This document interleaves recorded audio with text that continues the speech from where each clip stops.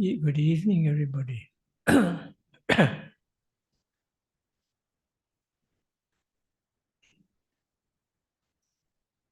This evening, I will just give a talk on more simple things.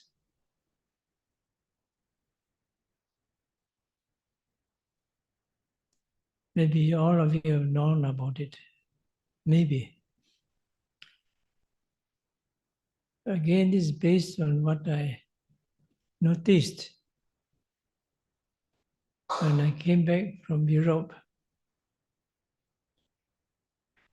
and also through some of my experience with yogis in Europe.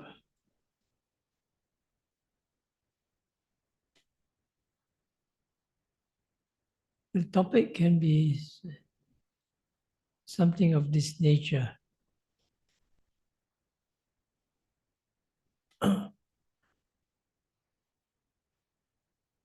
Things regarding the practice of Satipatthana which might not have been explained to you sufficiently. And that would be a shortcoming to your practice. Something along that line.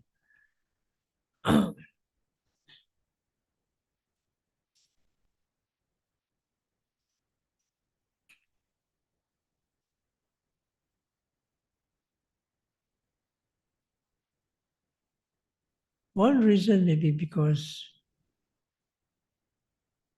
some things are too plain, simple and direct for the people of those days. Secondly, they are all very concise and saturated in simple words. That was what in the nature of it also in the early Buddhism.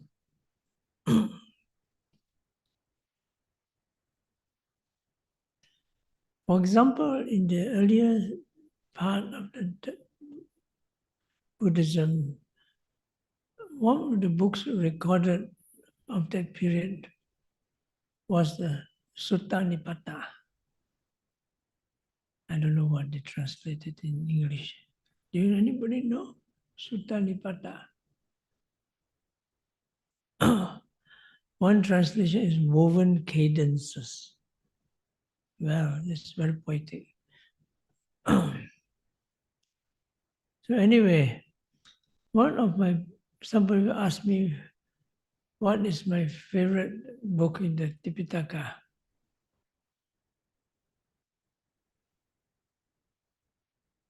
The first thing that came to my mind was Sutta Nipata. This belongs to the earliest strata of Buddhism and their recorded teachings. They were about a time where the monks were wanderers. And the Sangha was still not so big.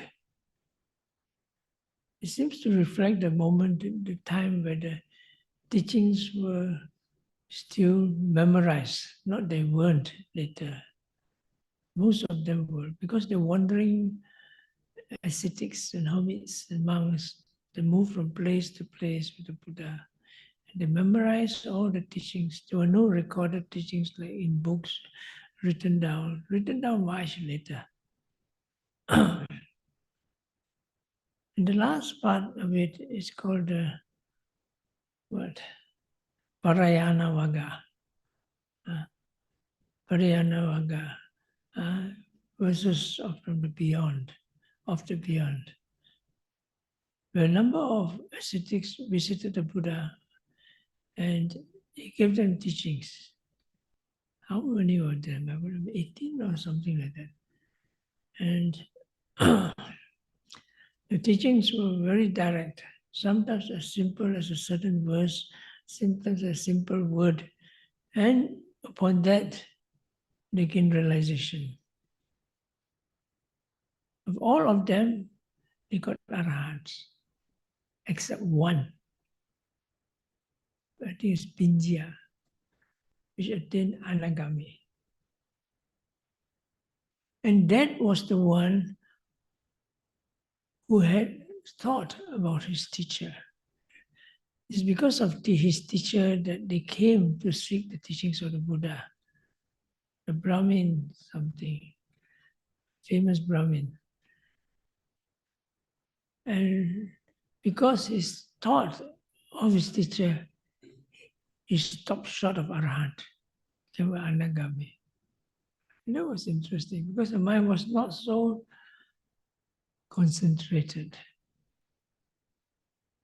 And he was the one that brought the word back to his teacher. So anyway, that was the thing about the sutta. A bit of different teachings, each to each disciple. The short teachings, the longer ones, later when the audience became bigger, then there was this Majjhima Nikaya, middle length discourses. They were given to bigger groups of people, and later there were bigger and bigger groups of people.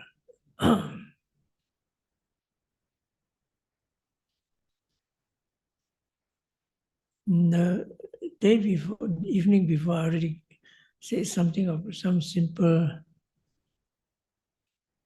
words that need to be clearly understood, and I hope I did give some explanation to it, such as mindfulness.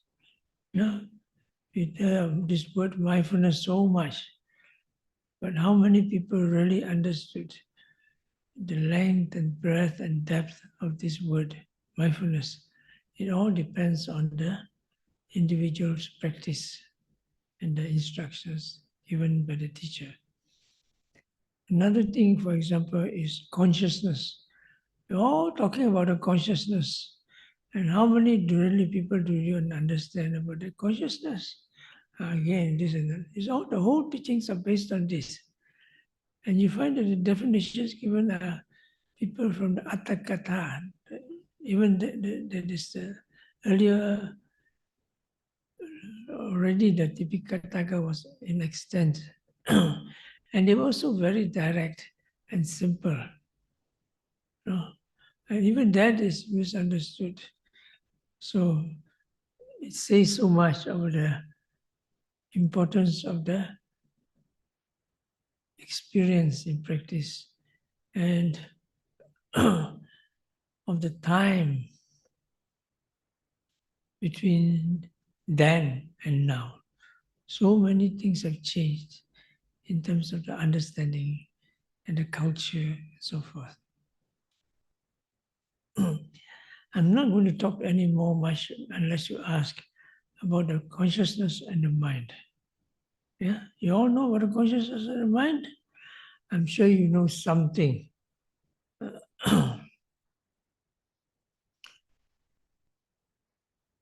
I'm still going to talk something about that for the beginning, in the beginning, before I go into the topics I want to talk about.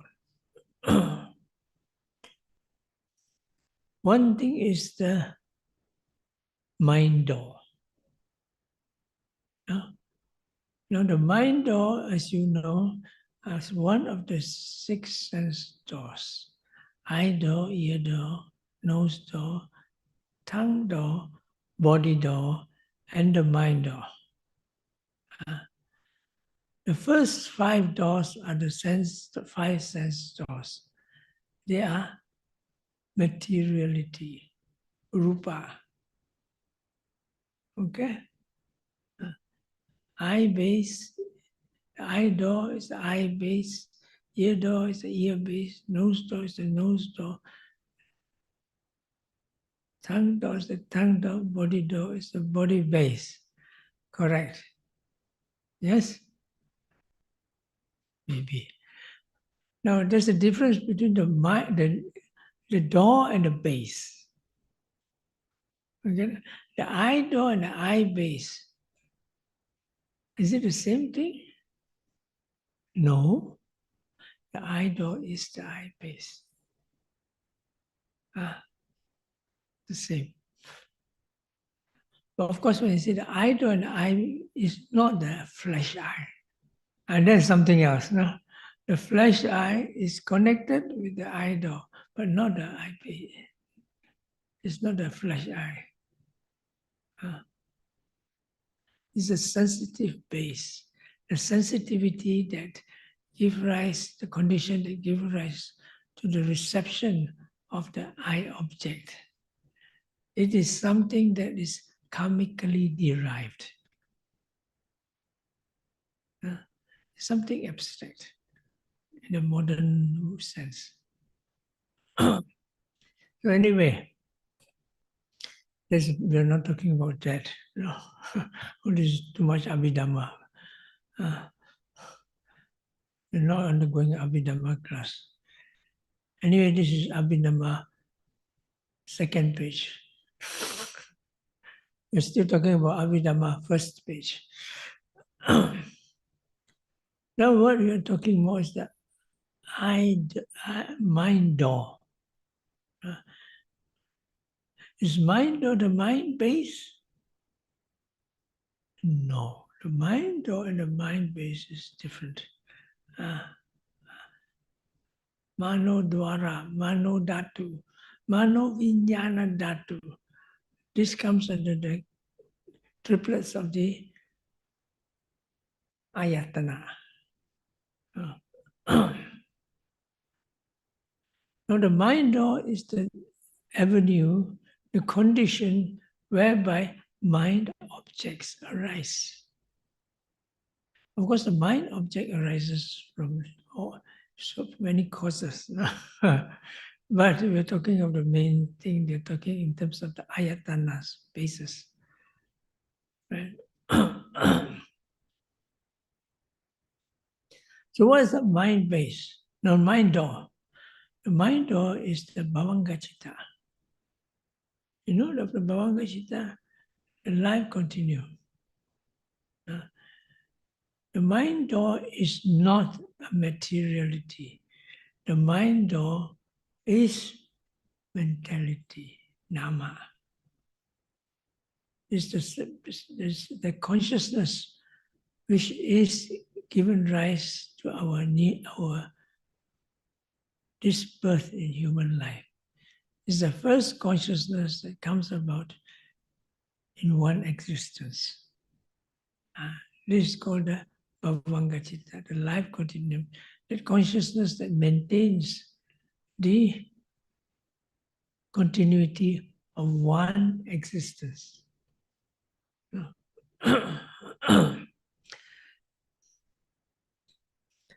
Now, this basic consciousness is also the consciousness that occurs when you're in deep sleep. Okay?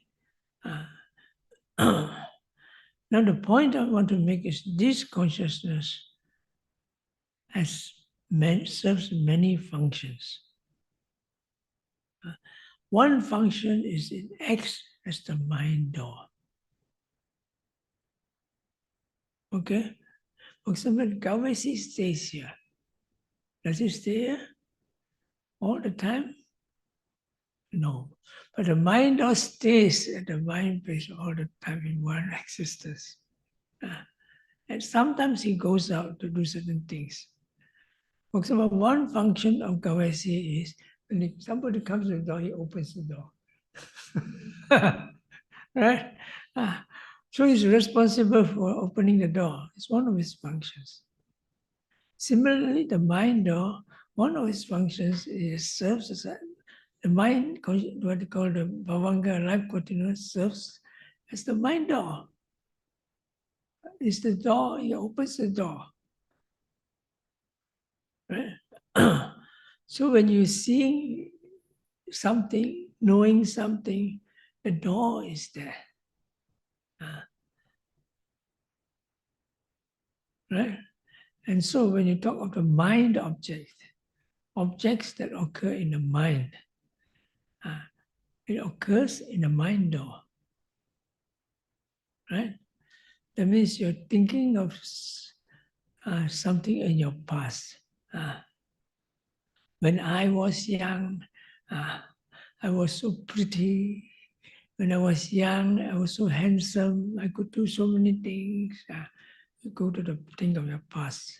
It all occurs in the mind now. Can you see yourself when you're young with your eyes? I'm now so young and pretty as before. No, no, no. Or you're having dreams. When you're dreaming of something, it occurs at the mind though. It does not occur at the five sense doors. All right? Is that understandable? Yeah, I'm sure you all know you're all old in the game of meditation. You should. I'm talking in case there's some people that don't, especially at the Zoom. This is what happened because this is a very important basis of the practice and the progress in the practice. I was teaching in Canada. Don't ask me how I got there. It's quite a complicated nature. I'm not going there anymore, although it's a very nice place. So I went to this place and held a retreat there. That place is a Tibetan center. It's a beautiful place, overlooking the St. Lawrence River, estuary. I can't remember the nun who was the best there. Good. And there it's a Tibetan center, they have their own set of meditations, going into jhanas and all that up and down, everything, you know. They have another center place, they call it the meditation hall, which they let it out to other people. So we use that place. They're very open and friendly. Of course, the people who meditate with us are also their people, no? But they are more of lay people. And they do a lot of samatha, they have to go to jhanas and all that thing. Tibetan, which different traditions have different opinions. We won't go into that. So anyway, they were very open-minded. I went there to teach. Now I noticed something. They meditate with open eyes. Okay? They meditate with open eyes. Because many of them undergo the Tibetan tradition of Dzogchen. The Dzogchen is something like an equivalent of Vipassana in the Tibetan tradition. And a practice among them is they meditate with open eyes. And so many of our students also came and they do that type of meditation. Of course, we don't say they're doing wrong. No, it's not my business. If you come to other places, someone once said, you go in the glass house, you don't throw stones. So I teach them. So I told them, look, I have no objections about you opening your eyes. But when you practice vipassana, you close your eyes. Okay? The simple reason, because you open your eyes, you're distracted and you have to concentrate. You get into deeper concentration when you close your eyes. That's what I told them. When you go there and practice the meditation, you can open your eyes according to instructions. Please don't tell them I told you you must close your eyes. Okay? It's okay to say that in the West. They're very frank. As long as you're fair enough and you give your good reasons, they accept you. They're not prejudiced. They're very open-minded. So I teach them. Now, what happened is the word got around. The main center. And they asked me to give instructions. Actually, they were impressed by my talks and so on. Some of them come over to listen. So I went there and started giving them basic instructions, what we do, inform them, and so on. And we went through some kind of meditation session for half an hour and so on. And so they followed us. They give it a good try. Down there in the group, there were all the monks and nuns, The Tibetan monks and nuns were all there. Of course, they're all Westerners.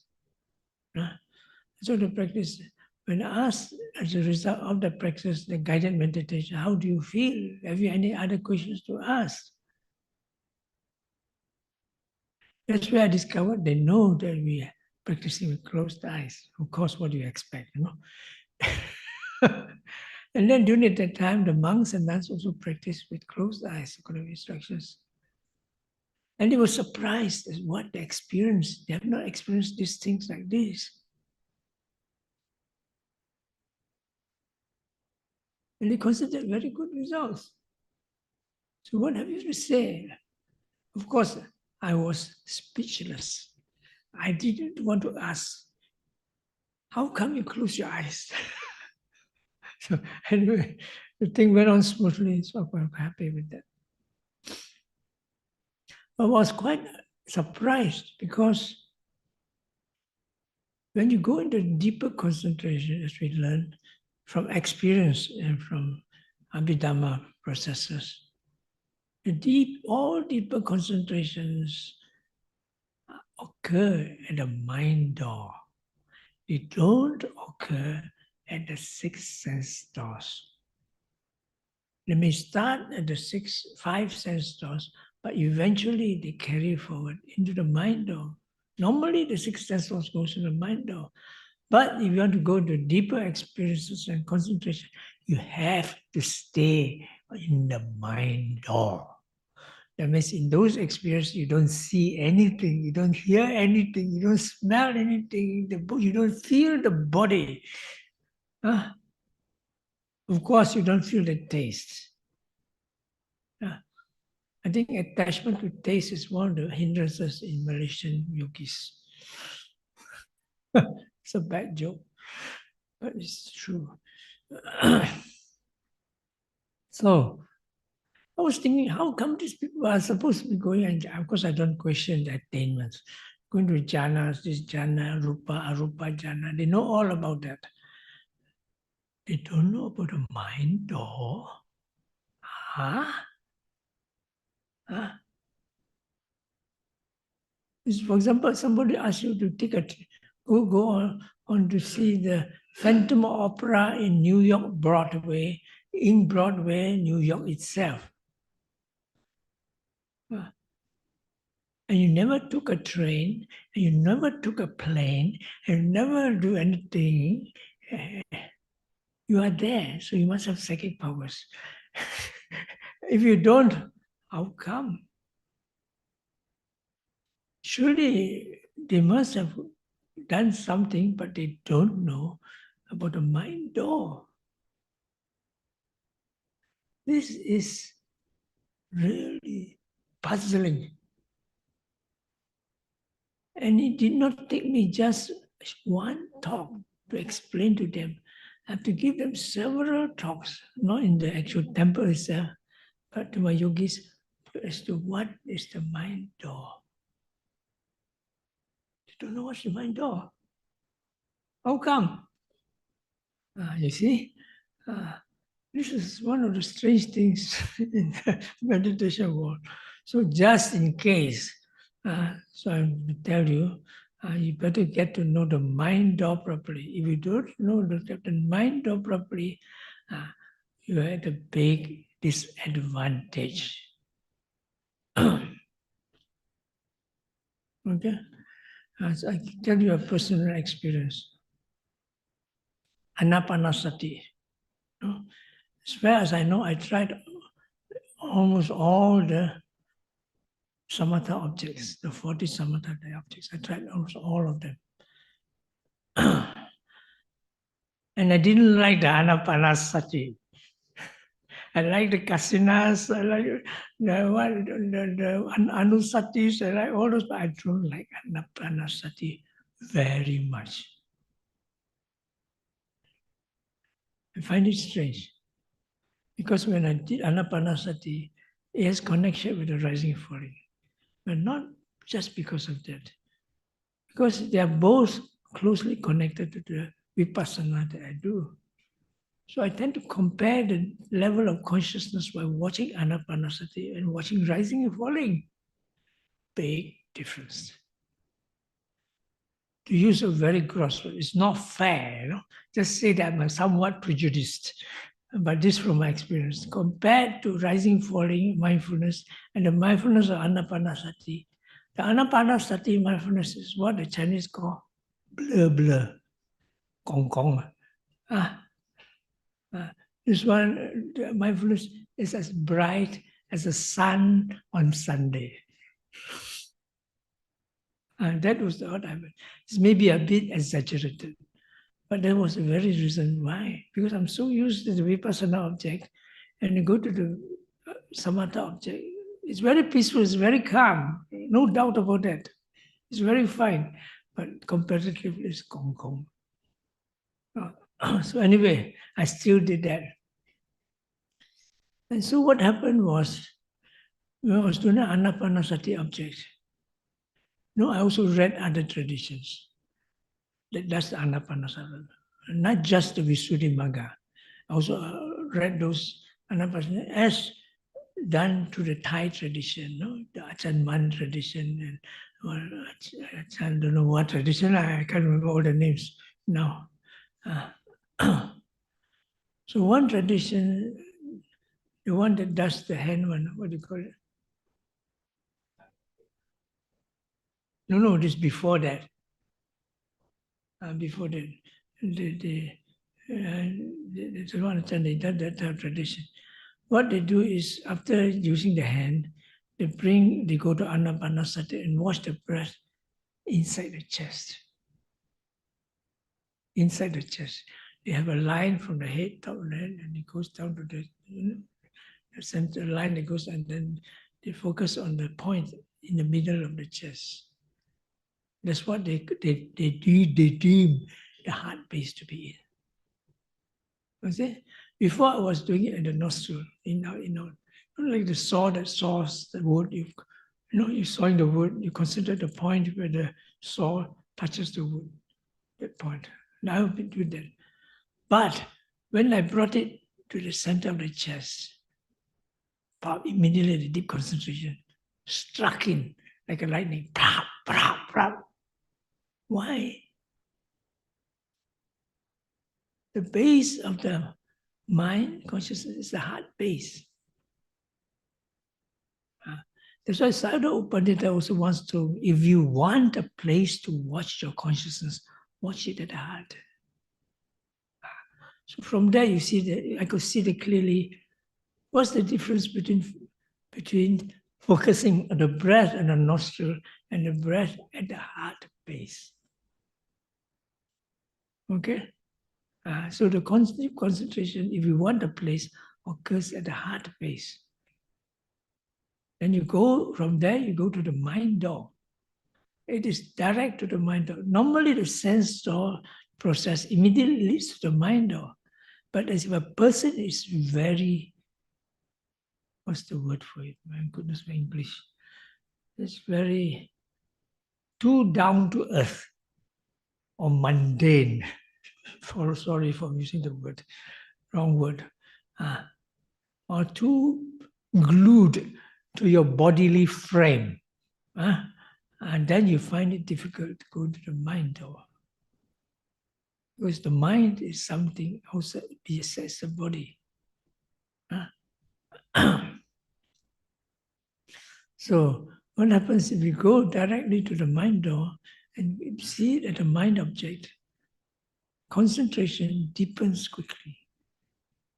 The mind object deepens quickly. So when you go to the thought processes, you go to the consciousness, you go to the ultimate realities, goes into the mind door. you're too attached to your head, your legs, your hands, your body, and your face. Of all things, your face. It becomes an obstacle. Okay? So that's why I say, important is you get to know the mind door.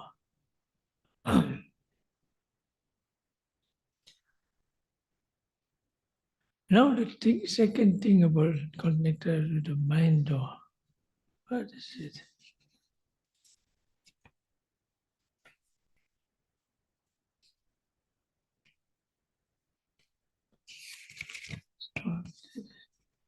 Where did I write my notes?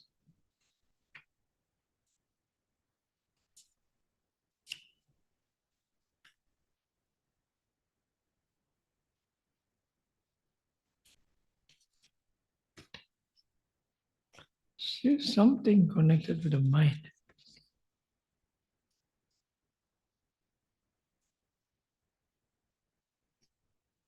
Oh, yes. The mind door, the consciousness, and the mind objects. You need to differentiate between these three things.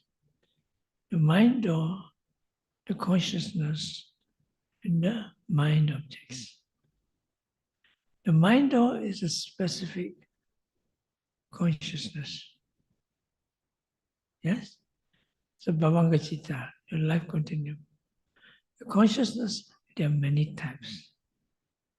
The mind object is the object that occurs at the mind door. The whole universe can occur at the mind door. Everything under the sun and moon comes to the mind door. But whether you can get access to it is another matter. All right? So these three things are different. It's not the same. Interesting enough, the mind door can also be an object of the mind door. The Bhavanga Citta. Not the mind door as a function, but the mind door. The consciousness also has to be an object of at the mind door. You cannot see, hear, smell, taste consciousness. It has to be in the mind door. Right?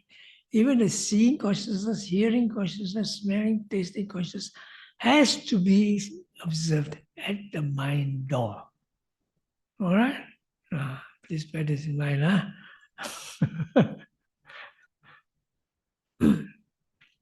But you're not going to observe all the consciousness. We are going to do this later because one of the things seldom talked about is the Cittanupassana, consciousness, mindfulness of consciousness. This is also a very important part of Vipassana. But because not many people talk about it, not many people hear about it, so often there's a lot of misunderstanding. So anyway, so this are the mind object, of course. You don't, so many mind objects, only you do the selected mind objects. And you know, concepts are also mind objects. These complicate things. When you do Vipassana, as I said, your Vipassana object is a Paramatha, Dhamma, ultimate realities.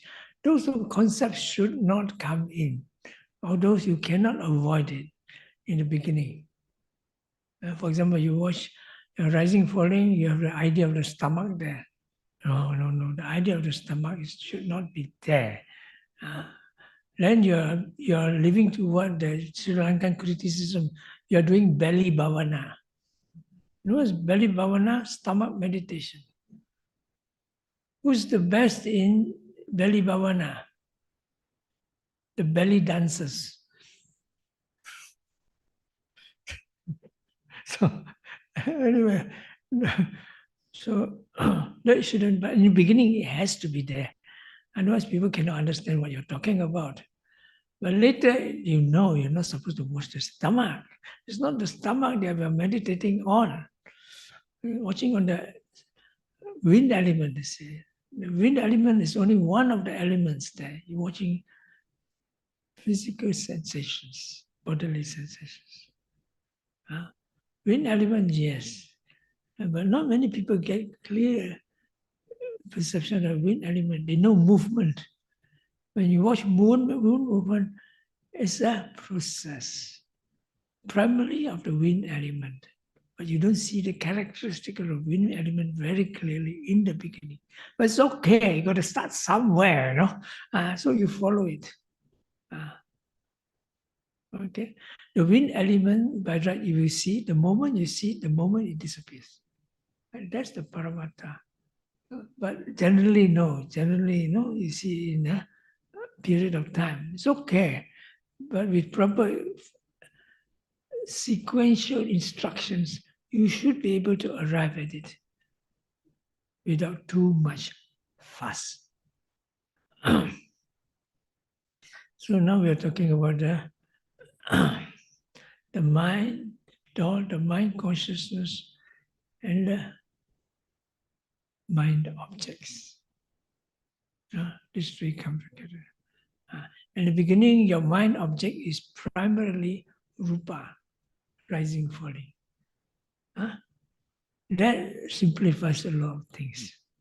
That simplifies a lot of things in the beginning. You know, rising, falling. Where's your rising, falling? Right step, left step. You cannot do that. Something wrong with you. No. But Malaysians a bit more complete. Sometimes they can't get rising, falling. So sometimes these Burmese teachers, when you see them, they don't understand why you cannot get rising and falling. That's why they insist on it. But we are not Burmese, by the way. So anyway, that's how things go. This are called meditation hazards for the beginner. So we limit ourselves to certain objects, and slowly we direct your mind to those objects. And in the body, with the bodily sensations, and after that, the bodily material elements. Then you go to anatta, you go into conditioning, then you go into three characteristics. And transcendence, the process of transcendence. Okay, there's one thing I want to say. The more things are, we don't have too much time for this. The second I want to say is sitting and touching. Now, sitting and touching is in the, well, now we're talking more in the Mahasi tradition. It's again one thing that is not so clearly explained. I don't know about now, but in my time, yes. They say, I mean, you cannot get your rising, falling. You watch a sitting, touching. But what is the sitting, touching? And so they give either sitting is upward touching is a base. Sitting, touching, sitting, touching. Other than that, they don't say much. Because the emphasis is on the rising, falling as a primary object. But as I told you, Malaysian yogis and also other countries, they don't get rising, falling so easily. One thing I say is they don't know what it means. So in the earlier years, I said, what is this? Especially for me, I don't have problem following the rising, falling from the start. But when I come back to Malaysia, MBMC, it was a different story. Many very diligent yogis, they cannot get rising, falling very well. I wonder what happened to them. Okay, jokes aside. So I started to question, what do they mean? Actually, Mahasi in his instructions do tell it. I went back to the original Mahasi instructions and books and so on.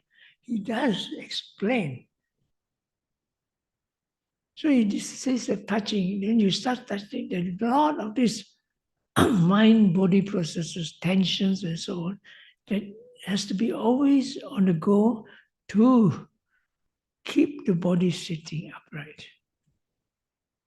Then I understood what it means. No, probably not in the exact words as you find in the book. No, this is what I understood. Then I understood what is book. There are two things, sitting and touching. Touching are the sensations that occur on the surface of the body.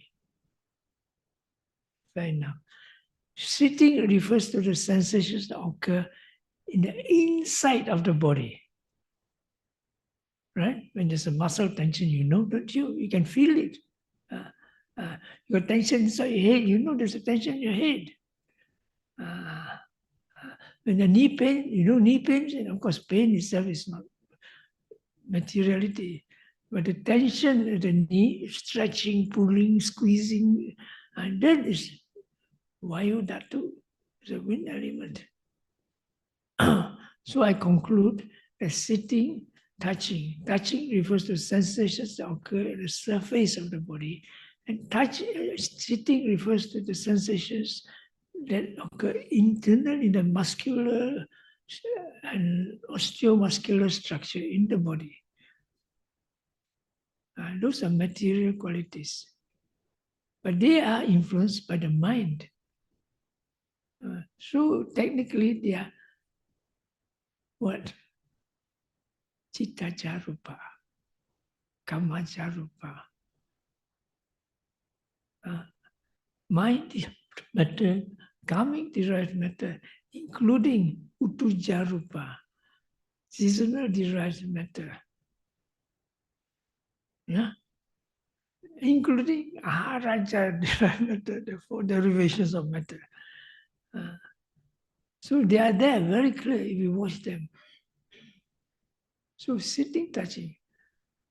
But of course, beginning you watch the more obvious one. The more obvious one of the touching would be the buttocks or the hands touching. The most obvious one. And the sitting, the most obvious one would be where the tension is strongest. That maintain the upright posture, the spine, especially at the base. There's tension. Sitting, touching, sitting, touching. But because it is not used as a primary object, people don't use it so often. So they don't develop. You put a little more effort into it, they develop, and they're very clear. And because they're ever present, they can be much clearer and stabler than the rising falling. It's what Sayadaw Pandita taught. I learned from Sayadaw Pandita. Because you're talking about the directed and the non-directed awareness. And this is another thing. We don't have time to go into this. Directed awareness is when you want to, where is the rising falling? And you direct your mind at the rising falling. Undirected awareness, you don't direct it to the object. It occurs spontaneously. You watch rising falling, pain comes. You don't direct your pain, but the mind runs there. It's undirected awareness. Okay? So he says that in the beginning, usually we use the directed awareness. Later, the undirected awareness is more stable. This from the Sayadaw's mouth. Because in the beginning, we have to build up the concentration. Without concentration, we cannot do anything. You ask the person, sit and watch your consciousness, his mind will go all over the place. Unless they have samatha before. That's a different thing. So, you need the basic concentration. So you go into directed awareness and you choose a gross object, rising, falling is a gross object, and you choose the object that is suitable for the building of insight. The rising, falling object is more suitable for a beginner to build insight than the anapana object. This is a matter of fact. I'm not against anapana. So you see, but because this sitting, touching object is not emphasized what to do that, it's not being developed. So this is what happened to me in Europe. When I first went to Europe, my first students were mountain climbers. Okay? In Switzerland, if you want to win girls' hearts, You have to climb mountains. You don't climb mountains, you are no macho. You're not fit for them. And I'm overemphasizing things.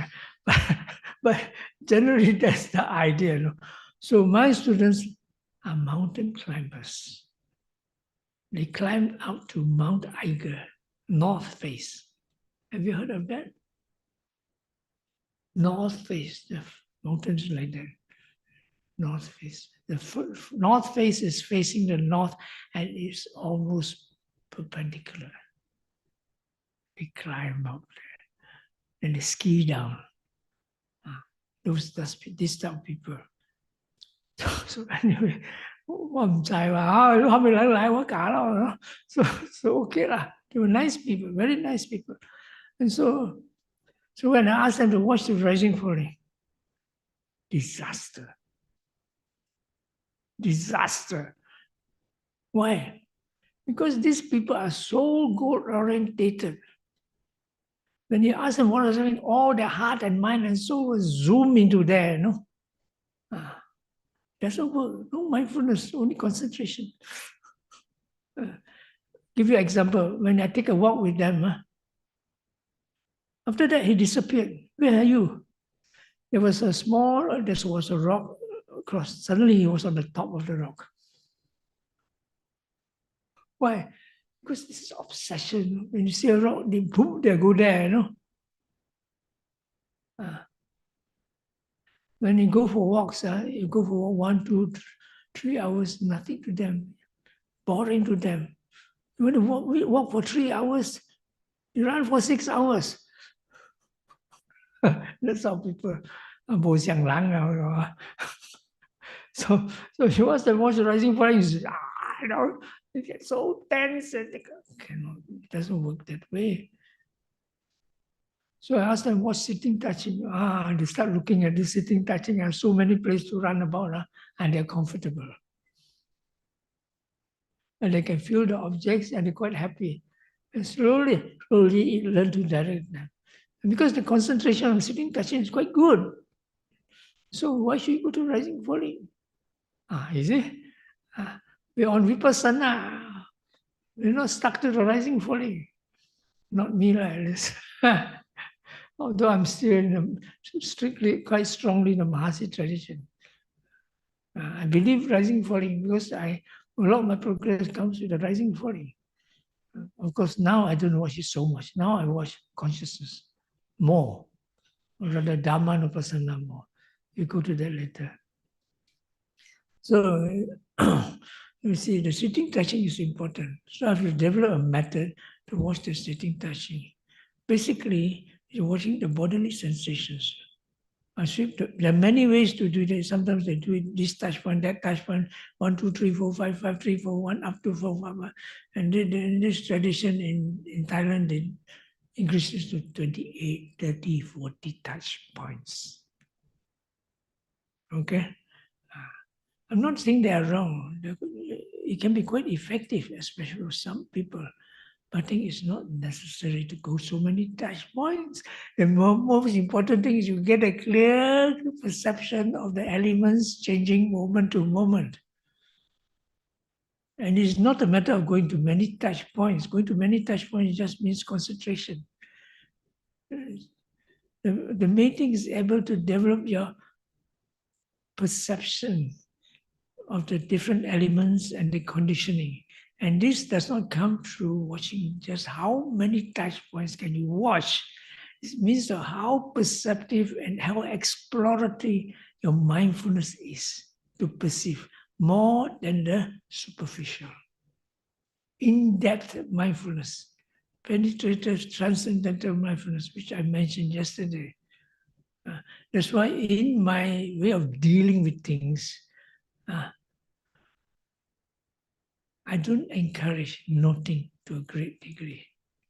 I encourage the exploratory and sensitivity to the paramatthas more at the earlier stage. In the beginning, yes, of course, you have to. Because somebody asked me, Bhante, when do you keep on noting? I thought about it. I told him, I've given up noting long ago, my dear friend, but I still encourage people to note because they're still in my eyes. Still beginners. Okay? And I also do noting on and off when I require it. So that was it. So when you see sensations, I ask you to go into the sensation, let the mind go in, explore, experience the sensations as clearly as much as you can. Okay? This is in a way a bit similar to the Ubaki going method. They also sweep up and then down the body, watching bodily sensations. Although they say it is Vedana, I think to a great extent it's still Kaya. The material sensations, qualities, not feelings. So anyway, but they keep going up and down the body. In my way of looking at things, when you see a sensations, a group of sensations, stay with it as long as you can. Then it develops concentration. You keep going up and down all the time, concentration is slow to develop. You're still stuck to the concept of the body form. Okay? So you go straight into the mind door, and you go straight into the Paramattha, and there is no up and down anymore. When the sensation, it comes naturally because the Paramattha, the sensation is strong, the Panyati, the bodily form, automatically recedes to the background and disappears for a while. So face to face with the process. Yeah? So this bodily this was where in the case you need to watch the bodily sensations, watch it properly. Because the rising, falling, not always will be there. Sometimes, for some reason, it's simply not there. This was one of the stumbling blocks to progress when I was teaching in MBMC. Because some people cannot get good rising and falling. So anyway, there's a sitting and touching. Okay? There are many other objects, we won't go into it. The other object which is not clearly explained and often misunderstood. Especially now there are people teaching Cittanupassana. You're doing consciousness, of consciousness. I have no objection to that, mind you. Of course, I do it my way. You know the song My Way? Frank Sinatra. Sorry, I'm cracking jokes.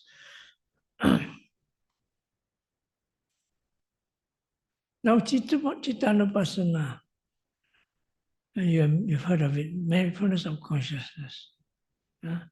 So similarly, you must know what it means when you say consciousness before you make it as an object of your mind. And now we come back to the thing about consciousness. Mind or the consciousness, the mind object, we add one more, satu lagi, mental states, cetasika. Okay? One is manodvara, citta, or vijnana, whichever you call it, Dhamma, aramana, Pali word, and cetasika. When you watch consciousness as the main object, primary object, Cittanupassana, cetasika comes to play a big part. You learn Abhidhamma before, then you should learn this. Abhidhamma, page 1. line 1. This one. A, B, C. This Chitta, Cetasika, Rupa, Nibbana. Okay.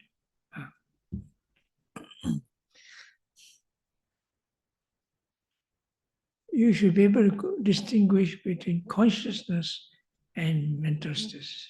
Rupa, of course, is obvious. Nibbana, of course, is more. Yeah, not consciousness, not conscious. Metta is not conscious. Doesn't know anything. Nibbana also does not know anything. Does Nibbana know something? Nibbana does not know anything. All right? You see the enlightened consciousness, the Magga Phala Chitta, but that is not Nibbana. That is the supramundane consciousness. So what's the difference between the supramundane and mundane consciousness and the Nibbana itself? One is an object, one is a consciousness. Okay?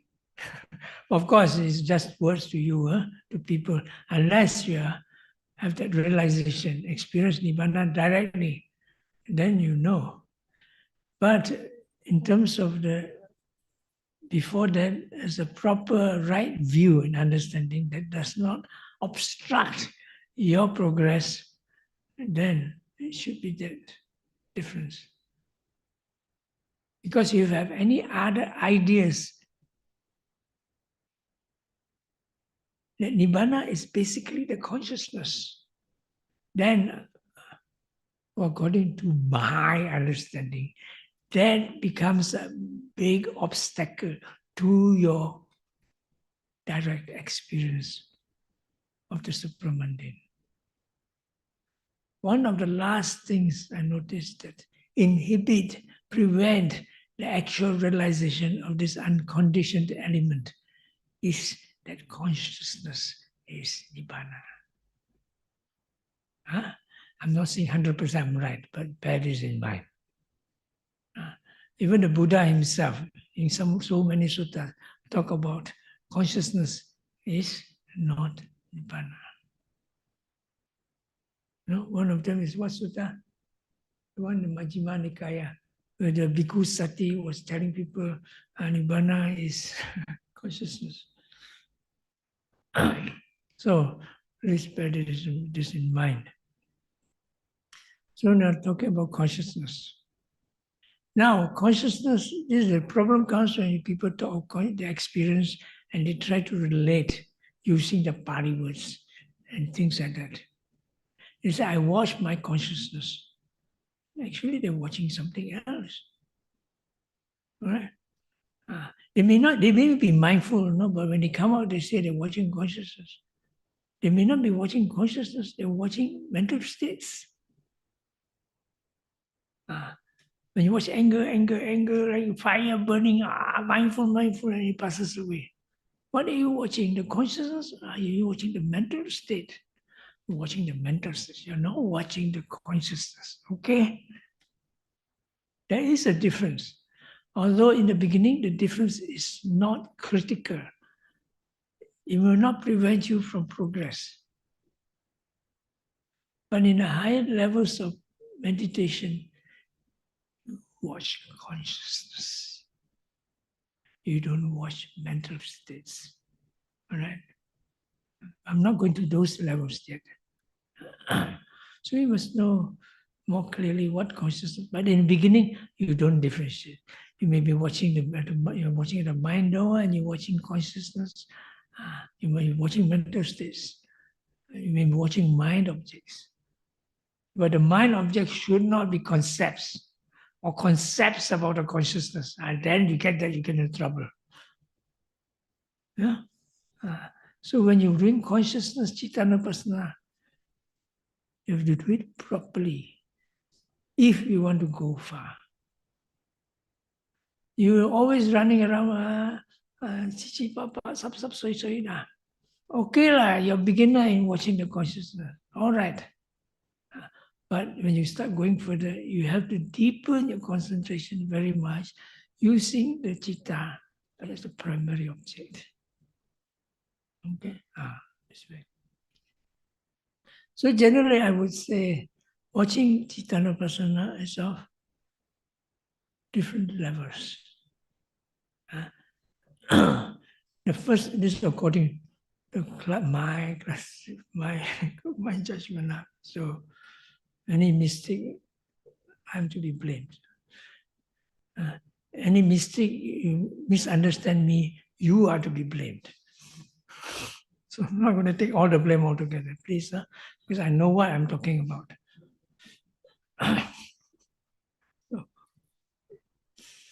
So the first level is on the Salayatana level, the six sense bases.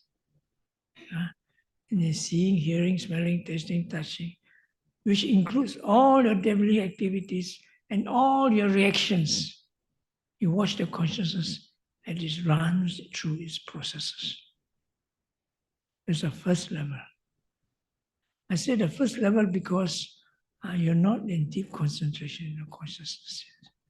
So you are still, on the platform that is in connection, in link, in sync, whatever you use the computer language, with the conventional life.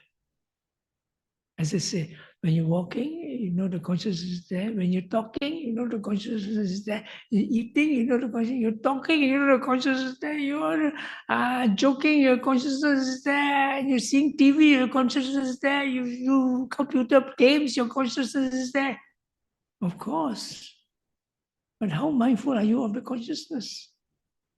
That's the question. Before you are mindful of consciousness, you must be very mindful of your object of the consciousness. We are not talking about the mind or yet, no, when you are sense door. Okay, when you see the seeing consciousness there, seeing. But how aware are you of the consciousness when you're seeing? You're talking to your boss. The boss say, "Hello, madam, you're late for work." You're not seeing. No, that doesn't happen that way. You're watching your boss, you're watching at your idol, and you're looking at the eye concept, which is a compact object of different forms and shapes jumbled together and idea. What makes it also important is your boss. You don't look and listen properly your boss, you're out of job, okay? So you're not watching at the consciousness. But you know the consciousness is there, but there's only knowing, you're not watching it directly. But probably when when you start getting worried, at first you're mindful, but when after that you're being threatened, you get worried and you get fearful, and you say, fear, anger. You have been wrongly accused. Anger. Are you watching consciousness at the time? No, you're watching mental state of fear and anger. When fear and anger arises, if it doesn't disappear immediately, you're not mindful enough. So your fear and anger grows and you become a trauma. So you are not practicing Satipatthana. So to give you an idea, that's why I call it the first level. First level is that means you can go through the five sense objects. At the same time, you know clearly that you're watching also consciousness, at least to some degree. For example, you're sitting meditation, watching rising, falling, and you're watching consciousness of rising, falling, consciousness, and the rising, falling, you're just not knowing. Then the sound object, bang, you can see the mind jumping to the sound. Pop, the mind is facing the sound. It hits with the sound. And then you're watching Cittanupassana. But when the sound becomes strong, it becomes the ear object. It's actually Dhammanupassana. You're not watching the consciousness. You're watching the consciousness, you're actually watching consciousness, ear process, not the hearing consciousness, the ear process, vibrating. The hearing process and the ear consciousness together vibrates at a very strong speed. The sound becomes secondary. And then you're watching hearing consciousness directly. But it's okay. In the beginning, we have to start somewhere. The important thing is the mindfulness that is continuous. And it goes through the various doors. Sometimes you can feel the consciousness is there after sometimes of watching consciousness. But that's why I say it's the first phase. Then later, when consciousness becomes more obvious, then it goes to the second part, according to my classification. The second part is the Satipatthana. According to the Satipatthana, Cittanupassana Pabba section. There it talks about consciousness, craving consciousness as it rises, when there is the consciousness without craving, and so on. Raga, ragang, saraga, cittang, vitaraga, cittang, sadosa, cittang, vitaro, dosa, cittang, samoa, cittang, vitamoa, cittang. This first. And sankita, cittang, vikita, cittang refers to the consciousness all with defilements, and after it has ceased without defilements. Here, for example, saraga citta, consciousness with craving. Vitaraga citta, without craving. Here, consciousness with craving. We're talking about the consciousness, not the craving. It's not the raga, craving, or lust. Citta is a different word. Saraga citta, consciousness with lust. So we are talking primarily of the consciousness, not the lust. The lust gives rise to this consciousness in terms of its specific quality. This is not the same as the consciousness without lust, which is the consciousness with mindfulness. See, consciousness of lust, no lust. You're working on the basis of the consciousness, not the lust or no lust. Lust or not no lust makes you see the difference between the two. And so you see the anatta and non-self between the two. The main point of insight in watching consciousness is the anatta. Because people usually identify themselves with the consciousness with atta. That's why they tell you that consciousness is nibbana. Wrong view. Serious, no? Serious, wrong view. What they experience is, I don't know. It's their business, no? I'm not the teacher, I don't know, it's their business. There's one person like that recently in Kuantan, so I hammered her head. Not literally, no. Mentally. If I'm a Zen master, I would. But I'm not a Zen master, so. 禅宗啊，那个禅法达到了半死，给他醒起来。So, but somehow she's intelligent. She listens and asks her to do certain exercise. Then she realized it is not. And she believed that because she's involved with a lot of this Zen Chanzong meditation. The teachers told them something, and then although she thinks she's enlightened. No? And that's how things happens. Also in the Theravada system, by the way. Anyway, let's not be prejudiced, discriminatory. And so, at that time, when you watch consciousness, I say this is Satipatthana meditation. Because all the way in watching consciousness, when you go into the mind, you follow the consciousness. And the consciousness changes, literally, figuratively, truly changes. Because you can see clearly it's associated, it's cetasikas and objects associated. Although they are not by themselves, citta. But when you follow the line of the primary object, it's the citta. You just watch the consciousness without seeing clearly its specific natures. You cannot see impermanence and you cannot see non-self clearly. So to be able to watch Cittanupassana properly, you must be able to see clearly the nature of its object and its mental states associated. and of course the consciousness itself. And for you to do that clearly, you must have continuous mindfulness. You don't have continuous mindfulness, you cannot watch Satipatthana properly. But you can learn, of course. Now you have to learn somewhere, of course. Because at sometimes when you don't have mindfulness, mindfulness is very fragile. It slips off. 讲个这又没记了了，是吧？讲恭维个这又没记了了。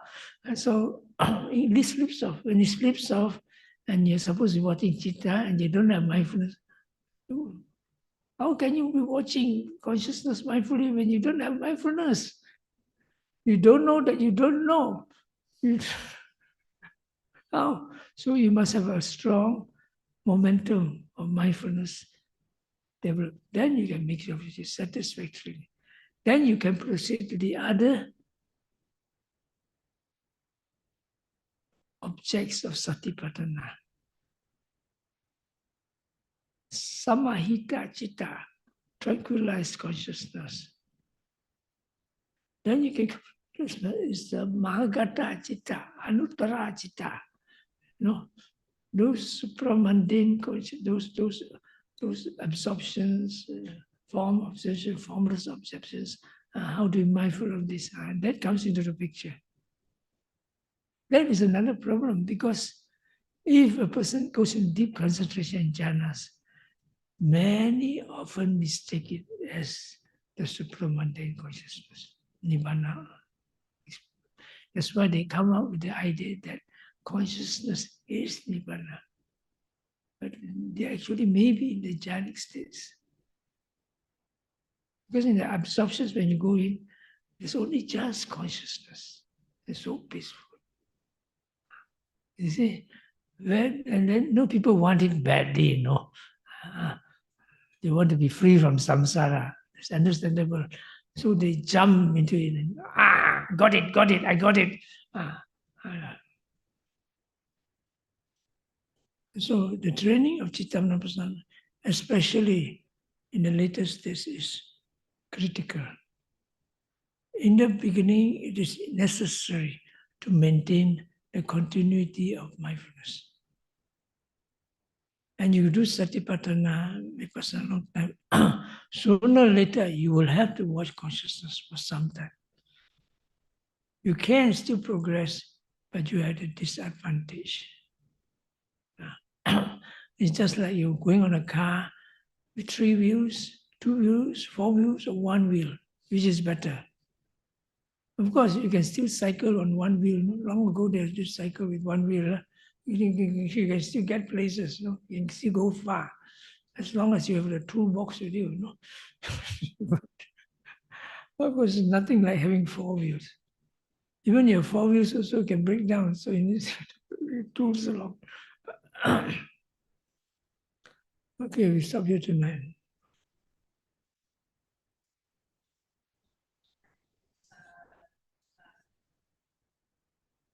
So, any questions?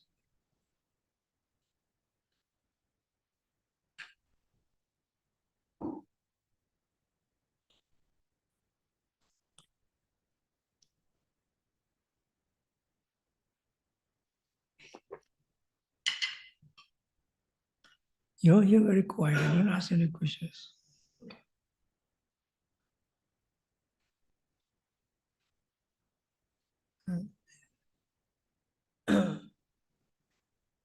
Any questions in the Zoom?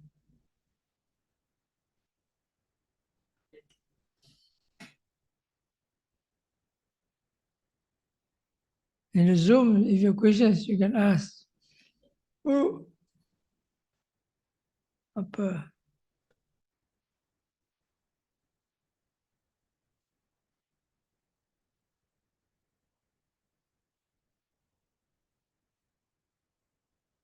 In Europe, I would say domanda. Domanda means questions. Frage in German. There usually they will have questions, no? Because they are in that culture, to ask questions.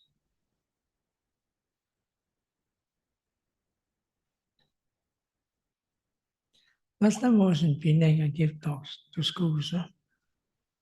So when I was in a Chinese school, 有什么问题？冇，乜計都冇。冇。When I was in the English speaking schools like St. Xavier's, a lot of questions asked. I have so many hands up. So that's the culture. So, There's one question. yes. May I know when we watch consciousness, what is the first thing we observe?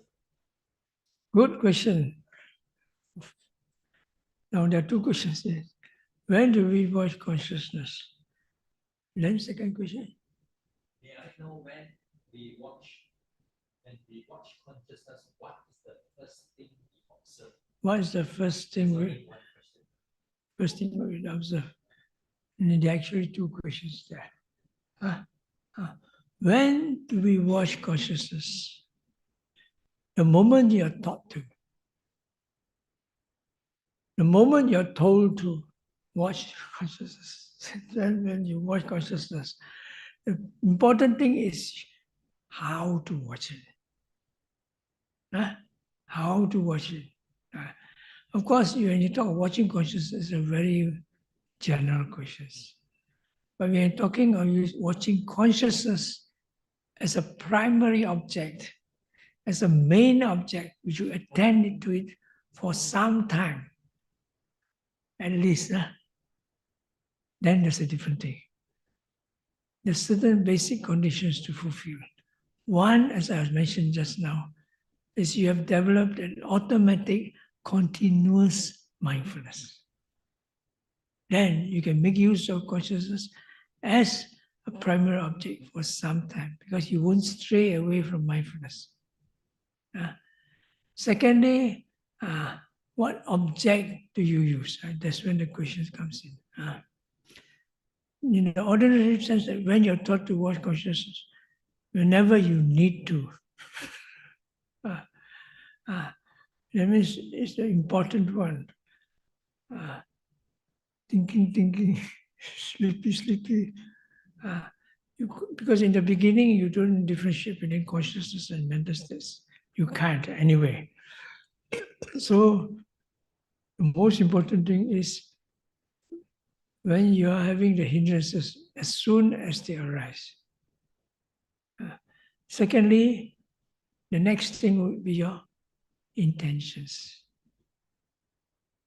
Okay, these are the two important things at the beginning.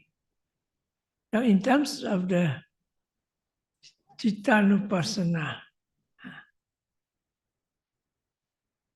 of course, the first one is, of course, the what? You don't choose your object. When the object is there, you know it. Yeah. And of course, the Chittanupassana, first to have thing we talk is you have as a continuous mindfulness. That means you must have been already good in watching the hindrances, the defilements, the moment it arises. Yeah? When that is satisfied, which also means that you know the difference between whether you're mindful or not mindful. So when you're watching consciousness proper in terms of Chittanupassana, in terms of primary object, then a mindful consciousness. Okay? Which means the mindful consciousness in the presence. Better still, the consciousness with vipassana mindfulness that we are talking about. That is your first object to start with. But that, of course, requires some guidance. Generally, serious Chittanupassana needs guidance. Because as you go along, you will enter into the whole arena, whole field. Very strange, completely in the mind door. You need guidance. But if you go into that, it becomes more complete. Then you go into Dhammanupassana. But that's a different story. So the third part of Chittanupassana is when you go into deep into the mind now, and you on the border, you walk the thin red line between Chittanupassana and Dhammanupassana. You go deeper, it's Dhammanupassana.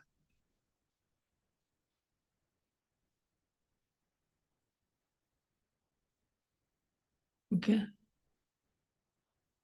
The border between the different dhammas, phenomena, become very thin.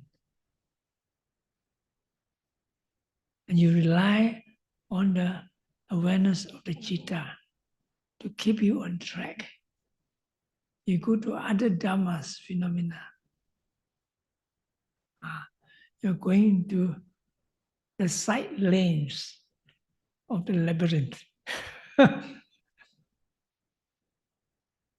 Because when that starts happening, we pull them back to the kaya, the body, rising, falling, sitting, touching. Don't watch the mind. Stay there with your rising, falling. The Chinese say, say to move on.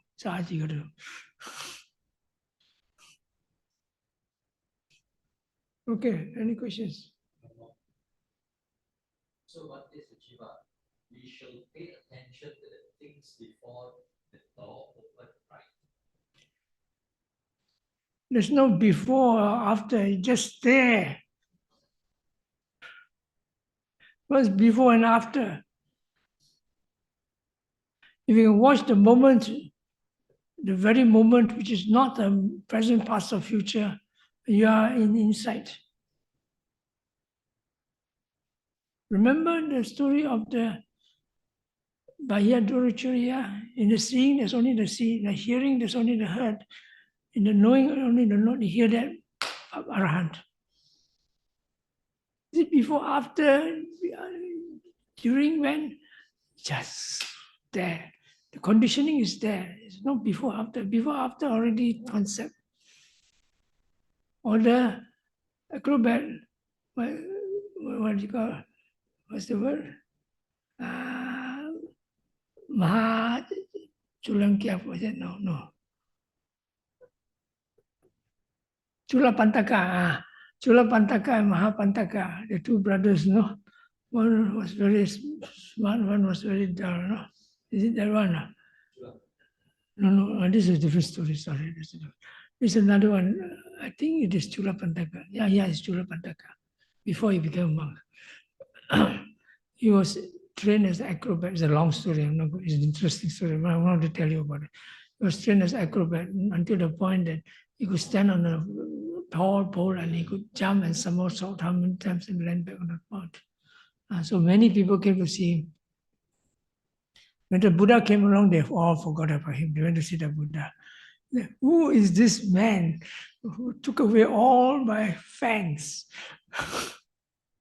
So finally, Buddha came and said, he was very honored.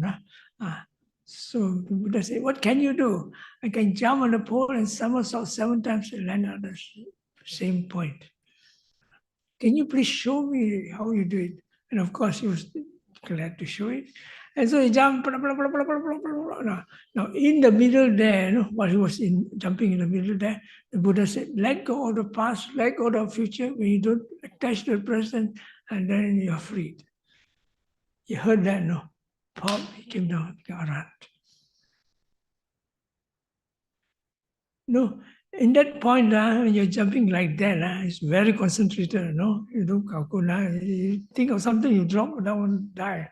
So jumping, at that point, you cannot think of the past. You cannot think of future. You cannot think of the present, where you are, how am I jumping? No, you cannot. So when you heard that and you are detached, it was a detachment of everything comes in. Let go of everything. Detach from everything. So there's only one thing left. You just detach. Then again, it's sort of unconditioned. Where is the past, present, or future? Yeah. Of course, for beginners, for people a little bit more than beginners, keep to the present moment. Yeah. Open, closed door, there's other things come. Okay. Any more questions? No more questions? Okay, good. Thank you very much. At least somebody has been listening. Okay, Idang may punyang aswa kayawahang otu. Idang may punyang nibanasa pacaya hotu. Imang no punya bagang sabba satanang dema sadhu sadhu.